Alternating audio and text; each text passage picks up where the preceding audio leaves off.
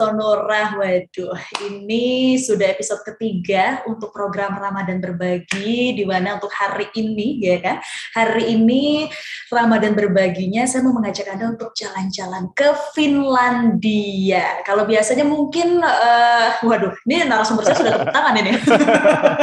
Kalau biasanya Ramadan itu mungkin mudiknya di sekitar-sekitar Indonesia, penasaran gimana sih Ramadan di Finlandia, apa sih perbedaannya, puasanya berapa lama, kegiatan yang dilakuin apa, banyak pertanyaan yang muncul gitu ya sahabat Sonora. Nah, di sore hari ini untuk Ramadan Berbagi, saya Saulih ya, yang kita akan ngobrol bareng dengan narasumber kita di sore hari ini. Ada Mas Trian Angga Pradipta, seorang konten kreator yang ini katanya lagi ada di Finlandia udah 2,5 tahun. Saya mau sapa dulu deh, Mas Trian, apa kabar? Halo Mbak Sesa, apa kabar? Kabar baik. Jam berapa sekarang di Finlandia, Mas Ria? Sekarang di Finland jam 12:02. Waduh, 12:02. Ini di sini udah jam 16:02, Mas. Bedanya 4 jam. Bedanya 4 jam, tapi berasa kalau menuju mau buka puasa lebih berasa ini biasanya, Mas. Kita duluan ya, Mas. Sorry ya, Mas Trian. Dan kita biasanya ngeliatin dulu tuh yang lain udah posting di Instagram. Bener. Ya udah buka, kita masih nunggu, masih lama. Nunggu 4 jam lagi ya, Mas Trian. Mas Trian, ini di Finlandia sekarang ini lagi musim apa nih, Mas Trian? Sekarang di Finland masuknya musim semi. By musim sih sebenarnya harusnya musim semi, cuman karena Finland ujung dunia yang masih dingin-dingin aja. Sekarang tuh masih -2. Aduh. Oke. Masih -2 dan saljunya masih turun. Jadi kalau misalnya dibilang masih udah masuk musim semi, kita masih ragu-ragu untuk bilang ini musim semi sebenarnya, karena ya tumbuhan juga belum berbunga, tapi salju masih banyak. Ada. Ya, anggap aja masih musim semi, tapi masih awal-awal musim, masih winter lah ceritanya. Akhir-akhir winter mau pergantian, pancaroba kali, Mas. Ending-endingnya winter. Tapi Mas Trian, ini kan kalau misalnya kita di Indonesia, puasa di Indonesia, Ramadan di Indonesia, waduh, jam 12 itu matahari lagi di atas-atas itu, Mas Trian, ya kan? Panas banget. Nah, ternyata cerita dari Mas Trian ini sekarang lagi mau pergantian dari musim dingin winter ke spring, berarti ke musim semi. Ini sedikit menolong karena nggak panas-panas banget atau gimana nih, Mas Trian?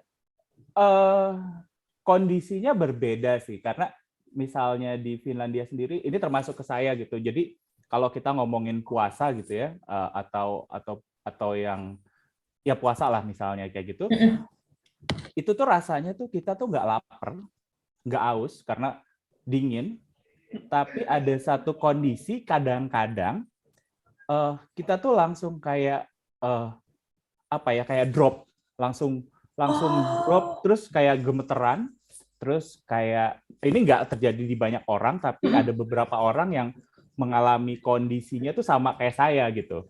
Jadi misalnya kita mau paksain untuk puasa itu nggak mungkin.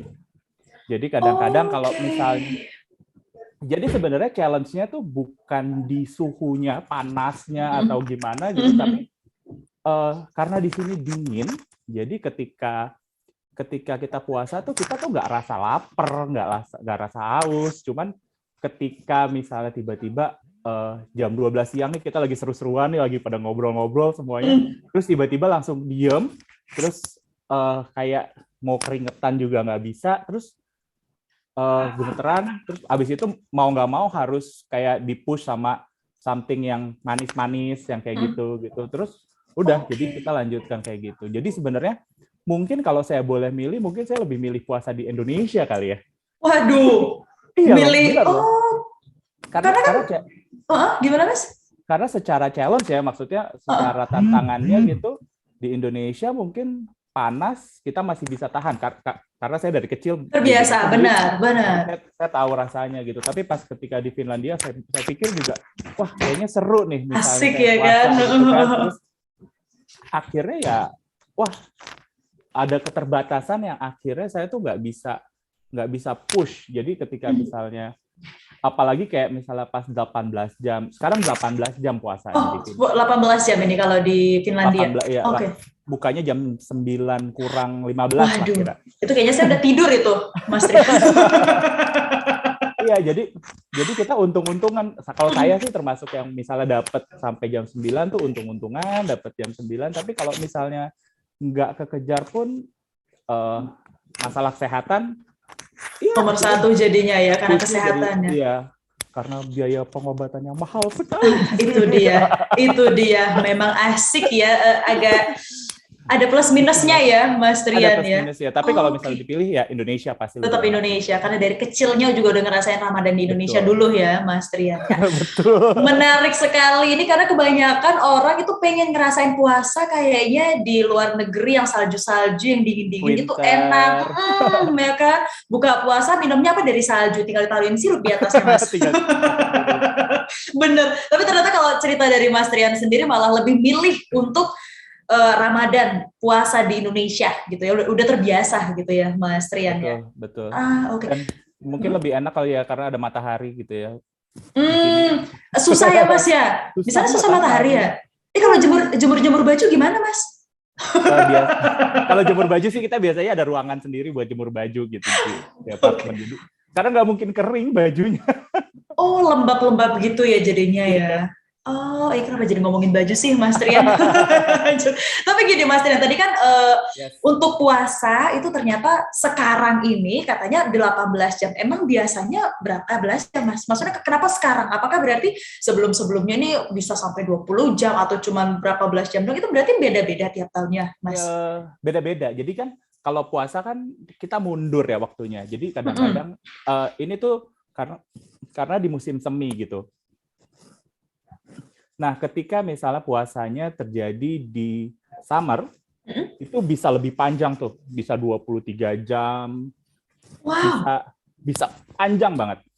Nah, ketika kita puasanya di winter, kayak misalnya bulan Desember kemarin, mataharinya kan pendek tuh.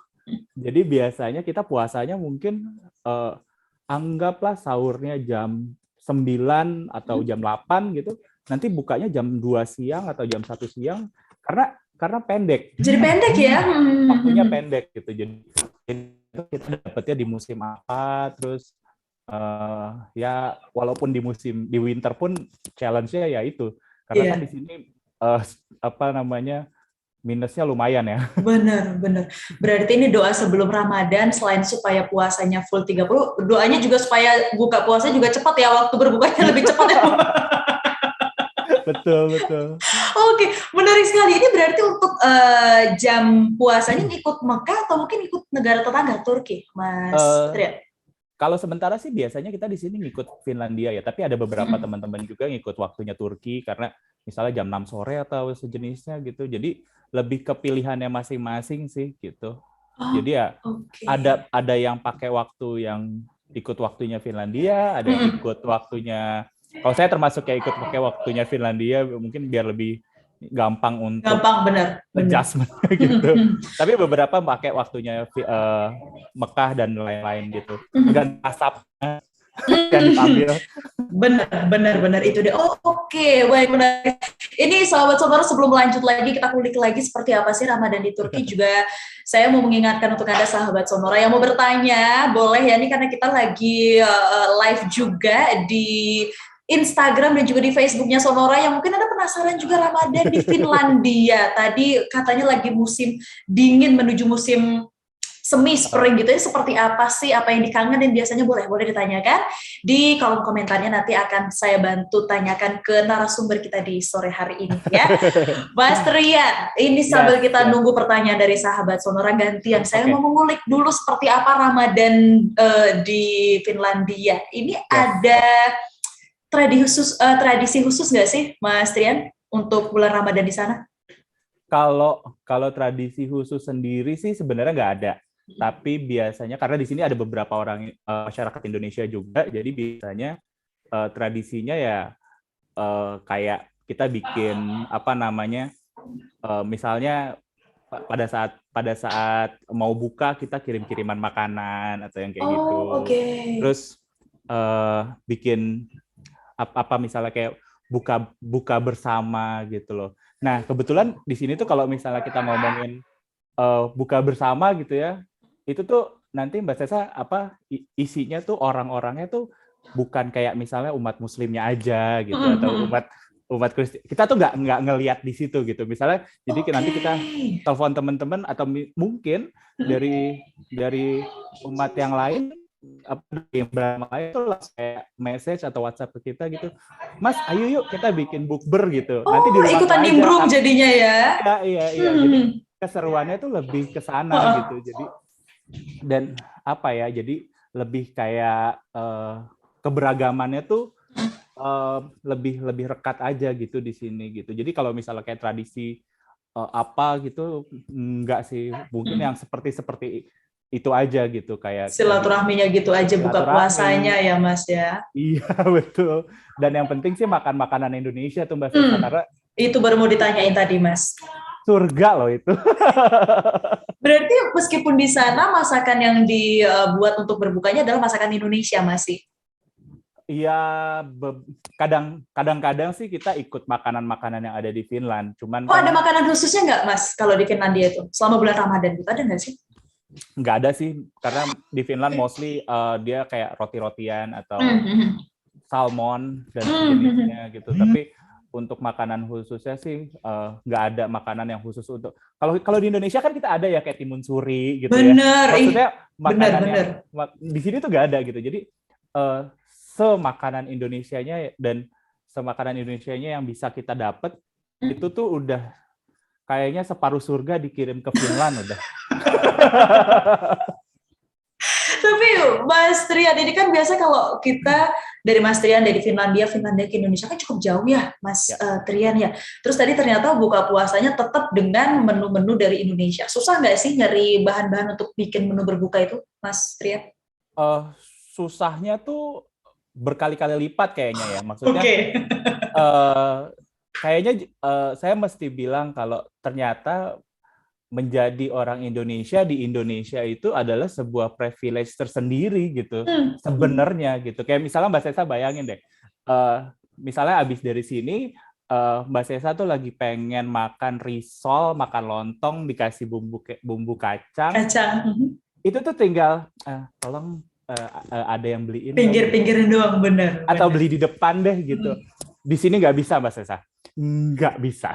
Jadi kita tuh bener-bener kayak kita mau risol misalnya gitu. Wah, itu tuh mikirnya dari malam tuh. Aduh, kalau saya bikin berarti saya harus beli kulitnya dulu di Asian Store, terus saya mesti beli bahan-bahannya di supermarket, terus habis itu saya mesti bikin sendiri, nanti pas buka puasa saya baru bikin, mau buka puasa baru bikin bumbu kacangnya, terus saya baru makan gitu. Jadi berkali-kali lipat ya. Prosesnya tuh berkali-kali lipat gitu, lebih panjang. Oke. Cukup challenging jadinya ya Mas ya. Ramadan di sini nggak ada ojek online gitu kan Mbak Sesa. Jadi kemana-mana harus sendiri ya Mas Rian ya, beli bahan-bahannya. Walaupun ada kayak delivery, tapi makanannya makanan jadi biasanya. Oke, baik. Mas Trian, ini kan tadi ngomongin soal makanan khasnya, kemudian juga apa sih yang biasanya dilakukan, tradisi-tradisi apa yang biasanya dilakukan di Finlandia gitu.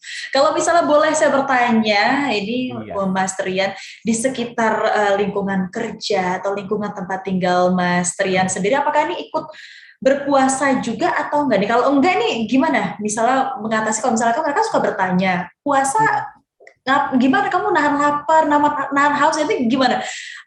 Apa yang pertanyaan-pertanyaan apa yang sering muncul, kemudian biasanya gimana sih lingkungan sekitar melihat Mas Trian ini yang berpuasa 18 jam ya Mas ya? Lumayan panjang. Lumayan panjang, karena itu pertanyaan-pertanyaan itu kan akan muncul Mas Trian. Iya. Jadi biasanya kalau di sini sih kayak bulan Ramadan tuh nggak ada bedanya dengan bulan-bulan yang lain, karena kan di sini kan Muslim itu kan minoritas ya, maksudnya nggak terlalu banyak juga umat Muslimnya di sini gitu. Jadi ketika misalnya ada sekitar, misalnya teman-teman ada misalnya kayak di lingkungan tuh mau makan siang nggak gitu, yuk kita makan siang. Terus biasanya ketika kita bilang no thank you gitu, mereka tuh akan stop pertanyaannya di situ. Jadi Oh, oke. apa ya, kayak puasa itu kan masuknya ke privasinya kita, Mm-mm. religion tuh masuknya ke Bener. privasinya kita gitu. Jadi biasanya teman-teman yang di Finlandia itu nggak akan apa ya, kayak crossing that border gitu. Jadi biasanya mereka akan oke. Terus mereka pergi, terus nanti ketika misalnya mereka atau kita misalnya lagi ngobrol atau apa, mereka akan tanya kenapa apa itu puasa, kenapa puasa. Jadi obrolannya tuh lebih ke apa ya, bukan pada saat obrolannya tuh ketika misalnya saya sama Mbak Sesa udah deket, udah deket banget, baru mungkin Mbak Sesa akan nanya ke saya itu apa sih puasa yang kayak gitu. Oke. Jadi nggak yang langsung situ ketemu, kok kamu puasa kenapa gitu, enggak ya Mas ya? Iya, Oh. biasanya sih enggak sih. Biasanya sih mereka akan jaga bordernya tuh di situ gitu. Karena kan masuk ke privacy dan lain-lain yang kayak gitu-gitulah pokoknya. Oke. Baik. Ini nyaman sekali, nampaknya lebih adem ya Mas Rian ya. Iya, betul. Mas Rian, ini kan sekarang itu udah tahun keduanya Mas Rian ya berarti ya. Terus juga untuk penanganan COVID-nya ini juga kayaknya beberapa peraturan, kalau di Indonesia sendiri untuk peraturan COVID-19 ini udah diperlonggar. Kalau di Finlandia seperti apa, Mas? Saat ini sih kalau di Finlandia udah dicabut regulasinya. Jadi udah nggak ada regulasi terkait sama COVID sih. Nah, ada perbedaannya nggak, Mas? Dulu waktu awal-awal gitu kan, pasti kan total lockdown gitu ya. Nah, dengan yang sekarang mungkin udah longgar gitu, ada bedanya nggak nih, Mas? Kita di Finlandia termasuk yang cukup patuh gitu ya, maksudnya. Jadi biasanya di 2 tahun ke belakang tuh kita ada pembatasan, kita nggak bilang lockdown kali ya, mungkin lebih pembatasan jumlah orang di dalam sebuah ruangan. Misalnya di satu waktu pemerintah mengeluarkan pembatasan jumlah kayak 4 orang, 6 orang. Nah, biasanya hal itu tuh dipatuhi sama masyarakat yang ada di Finlandia gitu. Jadi ketika misalnya pembatasannya 6 orang atau 4 orang, itu kan otomatis kayak kita ada di tempat ibadah, kita nggak bisa ikut sholat berjamaah, nggak bisa ikut sholat Jumat berjamaah. Pokoknya hal-hal seperti itu tuh nggak bisa gitu. Gitu.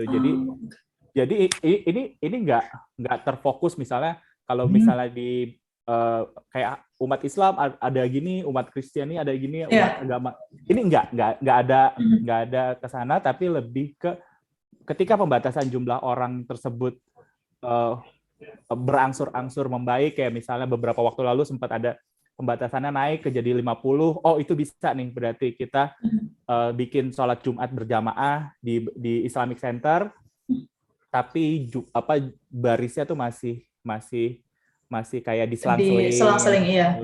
Ada jaga jaraknya ya, Mas ya. Ada jaga jaraknya. Tapi sekarang sih udah diangkat regulasinya, jadi kita udah bisa balik ke untuk aktivitas misalnya di masjid atau kita bilangnya Islamic Center kayak gitu sih. Berarti ini kalau sholat tarawih itu ada juga ya, Mas ya, bareng-bareng berjamaah gitu ada? Ada. Tetap berlangsung, udah ada lagi akhirnya ya?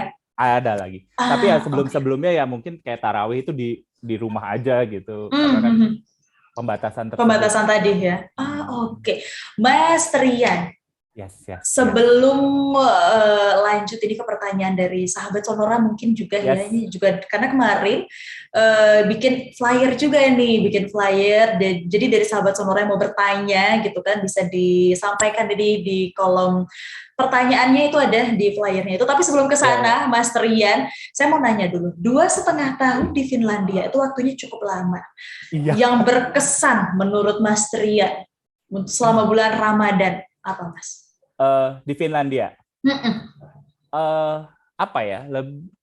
Mungkin keberagamannya kali ya. Maksudnya akhirnya saya tahu gitu rasanya jadi minoritas, tapi kita harus tetap harus tetap menjalankan puasanya dengan kita tuh kayak harus buat keseruan sendiri gitu, harus buat ngelihat kayak sekitar gitu, terus kita harus buat apa nih yang bisa jadi keseruan kita gitu, kayak misalnya pas lagi puasa, iya ya kita bisa buka puasa bersama yang kayak gitu, terus atau kita bareng-bareng sama umat-umat beragama lain gitu, terus kita bikin kumpul-kumpul misalnya di rumah atau yang kayak gitu, atau misalnya tahun lalu gitu kita bikin kirim-kiriman makanan gitu, jadi saya kirim misalnya ke rumahnya Mbak Sesa gitu, walaupun misalnya si A ke si B itu agamanya berbeda, kita tuh apa ya, menghilangkan itu gitu Mas, karena kan sebenarnya kan apa ya, keluar di orang yang ada di luar negeri gitu, orang Indonesia yang ada di luar negeri itu lebih kayak ketika misalnya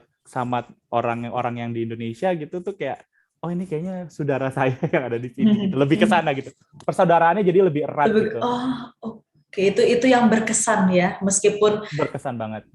Terus hitungan, kan saya kan nggak bisa masak ya Mbak. Oh waduh, buka kartu as nih Mas Trian. Iya, jadi ketika di sini tuh banyak orang-orang yang jago masak, nah pas saya dikirimin makanan tuh, ya Allah ini makanan Indonesia. Jadi kangen.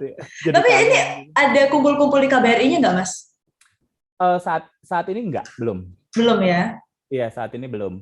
Oke, berarti masih tahun lebih. Ini belum. Ya. Tahun ini belum. Oke, baik. Mas Tian, ini yang tadi sudah saya janjikan juga ya. Jadi dari sahabat Sonora ada yang bertanya juga.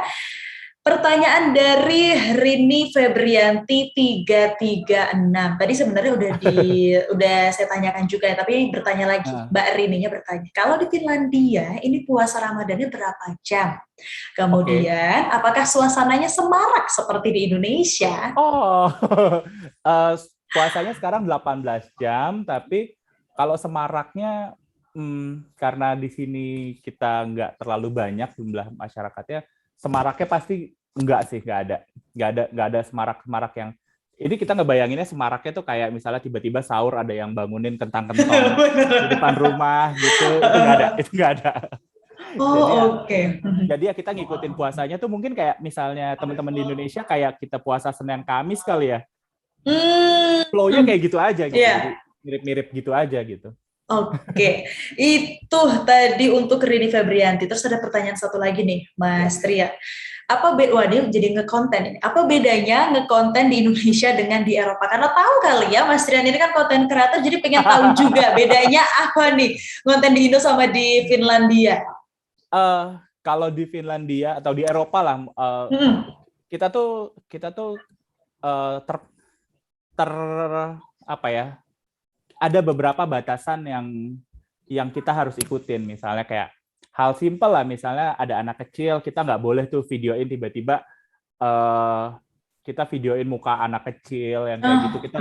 Jadi harus lebih aware sama hal-hal yang seperti itu, karena kan mungkin di Indonesia kita bisa tuh kalau misalnya lagi anak tetangga lagi main, kita bisa videoin atau yang hal-hal kayak gitulah gitu.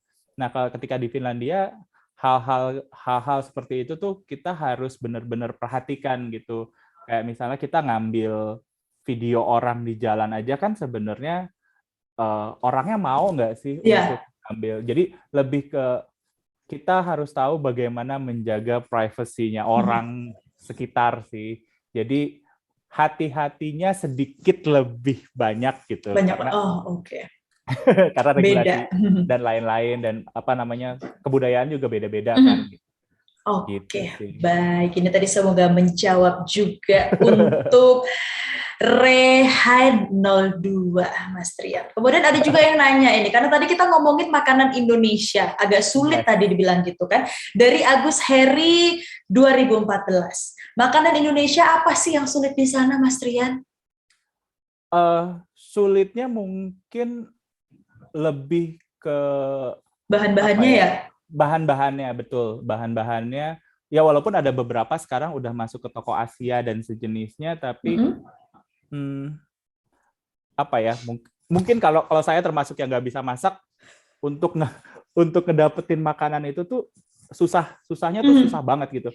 Jadi Mbak Sesa, saya sama istri itu biasanya kita pergi ke Tampere. Tampere itu jaraknya sekitar 2 jam mungkin Jakarta Bandung kali ya. Oh, oke. Jadi saya ke Bandung, terus makan di rumah teman karena kebetulan sahabat kita itu suka masak makanan Indonesia, kita makan di situ.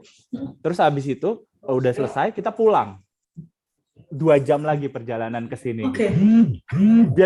Jadi hal itu tuh ketika misalnya di Indonesia mungkin saya nggak akan melakukan itu gitu. Tapi ketika di sini hal itu tuh wah kita paksain, kita harus pergi ke sana. Jadi segitu susahnya gitu. Supaya bisa menghilangkan rasa kangen mungkin ya, Mas Trian ya.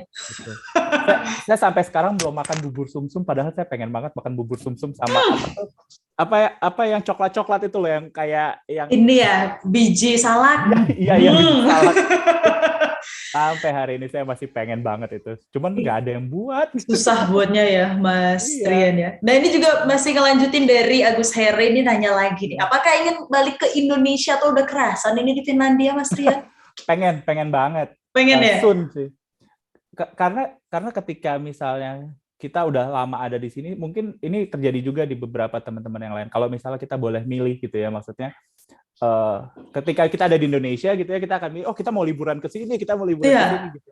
Tapi mungkin ketika kita udah sampai di sini gitu ya, saya kalau misalnya disuruh pilih, kamu mau liburan ke let's say Inggris atau Italia atau liburan ke Indonesia, saya pasti langsung Indonesia. Saya harus pulang ke Indonesia. Karena sebenarnya kalau misalnya liburan ke negara-negara tetangga kan kita bisa ngelakuinnya tuh sama lah kayak misalnya Mbak Sesa misalnya pergi dari Jakarta mau ke Bandung gitu, semudah itu gitu. Iya. Tapi kalau ke Indonesia itu prosesnya tuh panjang gitu. Jadi apalagi kan kemarin kan sempat ada pembatasan. Gitu. Iya, benar. Wah, itu pokoknya saya kalau misalnya ada kesempatan sih saya maunya langsung bisa Indonesia pertama. Kangen, rindu makanannya, rindu suasananya, rindu jalan-jalannya juga. Aduh. Apalagi Ramadan ya Mbak Sasa. Itu dia ngabuburitnya, berburu tajilnya, taraweh bareng-barengnya. Itu yang biasanya dirindukan. Betul. Bener, baik. Untuk Agus Heri, terima kasih. Ini sudah mengajak Mas Trian untuk sedikit throwback tipis-tipis ya rasanya. Dan juga tadi untuk 2 sahabat Sonora, 2 penanya tadi dari Ridi Febrianti 336 dan juga Rehain 02. Ini selamat ya, karena pertanyaannya terpilih. Ini Mas Trian sudah ditanyakan dan ini mereka dapat voucher makan dari Sari Rasa Group. Wah, lumayan kan? Makanya itu dia. Kan saya jadi pingin Mas Trian. Selamat untuk itu yang menang coba dibagi-bagi ke kita gitu. Nggak bisa dong, kayaknya lebih untung Mas Trian, dia lebih banyak pilihan makanan di sana nggak sih Mas? Tapi selamat untuk Rini dan juga Rehan, nanti dari adminnya Sonora, dari krunya Sonora akan nge-DM Anda, yang nge-DM kamu untuk lebih lanjutnya lagi di gimana cara ngambil vouchernya ya.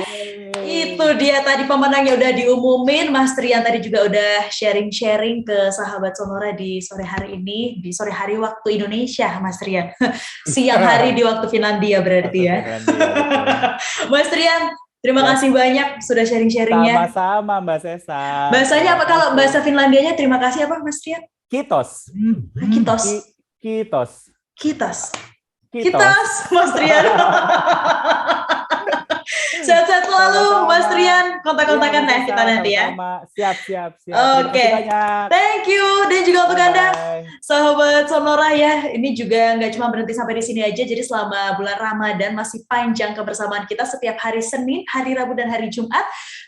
Untuk program Ramadan Berbagi ini juga masih akan terus menemani Anda tentunya di hari yang sama, di jam yang sama, tentunya dengan topik-topik seputar Ramadan menarik lainnya. Kira-kira hari Senin kita akan ngebahas apa? Tunggu aja. Jangan lupa juga sekali mengingatkan kalau Anda rajin-rajin ngecek storygramnya @sonorafm92 dan ada posternya, ada flyernya Ramadan Berbagi, ada kolom pertanyaan di situ, langsung aja ditanyakan apa yang pengen ditanyakan karena nanti untuk 2 penanya yang beruntung akan mendapatkan voucher makan dari Sari Rasa Group. Ketemu di hari Senin, sahabat Sonora. Sehat-sehat selalu. Bye. Bye.